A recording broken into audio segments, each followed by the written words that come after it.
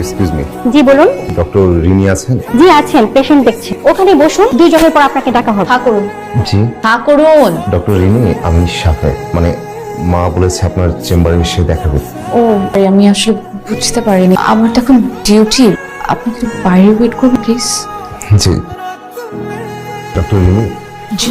ফুলগুলো আপনার জন্য। দেখ তো এই ছেলেটা কেমন। দেখ কখন আসছেন? যখন ফোন করলাম তখনই। চলুন। জি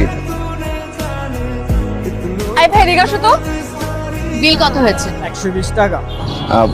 বিল তো আমি দিব। আপনি কেন বিল দিবেন? আমারই তো দেওয়া উচিত। আপনার কেন বিল দেওয়া উচিত? না মানে আসলে এভাবে প্রশ্ন করলে তো উত্তর খুঁজে পাই।